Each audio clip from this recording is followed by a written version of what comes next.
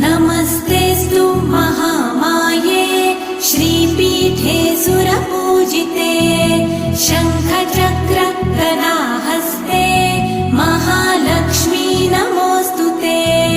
नमस्ते गरुडारूढे कोलासुरभयङ्करी सर्वपाप हरे देवी महालक्ष्मी नमोऽस्तुते।